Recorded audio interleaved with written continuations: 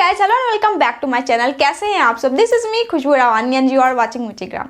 सो basically 10th board काफ़ी नज़दीक आ चुका है, तो मैंने सोचा मैं अपने छोटे भाई बहनों से कुछ टिप्स एंड ट्रिक्स शेयर कर दूं जो मैंने अपने 10th बोर्ड के टाइम फॉलो किया था, that help me to score 98 marks in my English subject. आज के वीडियो में मैं आपको बताऊंगी लास्ट के फ्यू डेज में आपको क्या करना है और कौन कौन सी चीज़ें अवॉइड करनी है, सो दैट आप ना सिर्फ इंग्लिश में बल्कि सारे सब्जेक्ट्स में अच्छा स्कोर कर सको। So if you guys really want to score 90+ in English and other subject, so stay with me till the end. So guys, English के पेपर में आपके 3 सेक्शन रहते हैं। First reading section, second writing and grammar section, third literature section. अच्छा marks score करने के लिए आपको तीनों सेक्शन में अच्छा परफॉर्म करना होगा।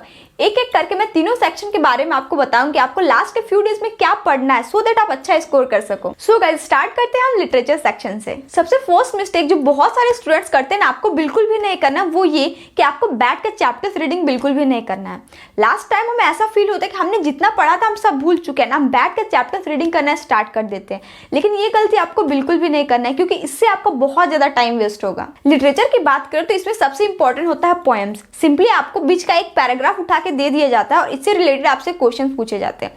लेकिन अगर आपने पहले से पोएम्स को नहीं पढ़ के रखा है तो आप एग्जाम टाइम समझ नहीं पाओगे किस चैप्टर के पोएम्स है और आपसे क्वेश्चंस नहीं बनेंगे। इसलिए आपको बस इतना करना है कि आपको एक पर्टिकुलर डे फिक्स कर लो और उस दिन सुबह से लेकर शाम तक इंग्लिश के जितने पोएम्स है अच्छे से समझ के पढ़ डालो। आई नो लिटरेचर के पॉइंट थोड़ा ज्यादा कॉम्प्लिकेटेड होते हैं, इजीली हमें समझ में नहीं आते, तो आप यूट्यूब का हेल्प ले सकते हो। आजकल तो यूट्यूब में सारे चैप्टर्स का एक्सप्लेनेशन आपको इजीली मिल जाएंगे। लेकिन गाइस, सपने में भी आप पोएम्स को स्किप करने की गलती तो बिल्कुल भी मत करना, क्योंकि अगर आप ऐसा करते हो तो फिर इंग्लिश में अच्छा स्कोर करने का सपना तो आप छोड़ ही दो। पोएम्स तो आपको पढ़ने ही पड़ेंगे फॉर श्योर, लेकिन जो बड़े बड़े चैप्टर्स होते हैं उसे लास्ट टाइम पढ़ना पॉसिबल नहीं है, क्योंकि उसमें हमारा बहुत ज्यादा टाइम वेस्ट हो जाएगा। तो सिंपली आपको चैप्टर्स के एंड में जो एक्सरसाइज क्वेश्चंस दिए रहते हैं उसे रिवाइज करना है।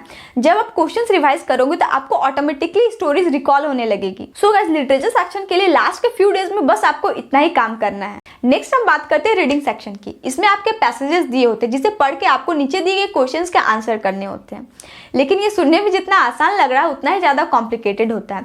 इतने बड़े बड़े पैसेजेस आ जाते हैं कि उसे पढ़ के समझने में ही आपके 15 मिनट्स लग जाते हैं और वर्ड्स भी काफी हाई लेवल के दिए होते हैं। अगर एग्जाम से पहले आपने अच्छे खासे पैसेजेस सॉल्व नहीं किए तो एग्जाम टाइम पैसेज सॉल्व करने में आपको काफी ज्यादा प्रॉब्लम फेस करना पड़ सकता है। सो गाइस, अभी जितने भी दिन बचे हैं डेली कम से कम आप 2 पैसेजेस सॉल्व करो। एंड हाँ, एग्जाम में आपको 15 मिनट्स पहले क्वेश्चन पेपर दे दिए जाते हैं, सो दैट आप क्वेश्चंस को रिव्यू कर सको, लेकिन लिखना अलाउड नहीं रहता है। तो उस 15 मिनट में आपको पैसेज को अच्छे से पढ़ के समझ लेना है, क्योंकि इंग्लिश में आपको बहुत ज्यादा लिखना पड़ता है। पूरे 3 घंटे नॉन स्टॉप लिखना पड़ता है, तब जाके सारे क्वेश्चन सॉल्व हो पाते हैं। सो गाइस, रीडिंग सेक्शन में अच्छा स्कोर करने के लिए अभी से आप डेली 2 पैसेजेस बनाना स्टार्ट कर दो। So guys, finally talking about the last section, that is grammar and writing section.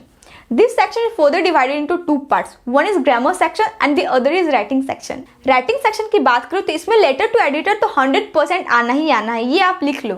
इसके अलावा एक आपका नोटिस आ सकता है या रिपोर्ट और पैराग्राफ राइटिंग, या सिंपली आपसे एक ऐसे पूछ सकता है। सो गाइस, बेसिकली आपको ये करना है कि सबसे पहले तो आप लेटर टू एडिटर का फॉर्मेट अपने दिमाग में अच्छे से बैठा लो, और हाँ, इसके साथ नोटिस का भी फॉर्मेट देख लेना। एंड हाँ, जितने भी ट्रेंडिंग टॉपिक्स रहे हैं लास्ट के 6 मंथ के, उसको एक बार आप गो थ्रू कर लेना, क्योंकि ऐसे वगैरह ट्रेंडिंग टॉपिक से आने के बहुत ज्यादा चांसेस रहते हैं। एंड आई होप आपने सैंपल पेपर्स तो जरूर लिया होगा, तो उसमें जितने भी राइटिंग सेक्शन के क्वेश्चंस दिए हुए वो सारे आप सॉल्व जरूर कर लेना। लास्ट बचा हमारा ग्रामर सेक्शन, तो इसमें मोस्टली आपके fill in the blanks, error detections and puzzles आएंगे। ग्रामर सेक्शन सॉल्व करने के लिए आपको 3 चैप्टर्स बहुत अच्छे से रिवाइज करके जाने हैं, टेंसेस, वॉइस एंड नरेशन।